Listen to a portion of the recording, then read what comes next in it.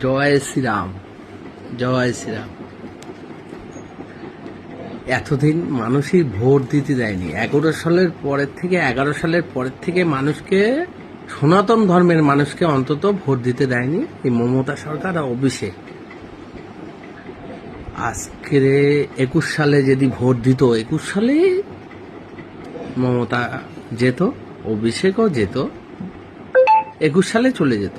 21 সালেও সেম এই কেসটা করেছে যে কম্পিউটারে কারচুপি করেছে। কিন্তু নির্বাচন কমিশনকে নমস্কার, জয় শ্রীরাম।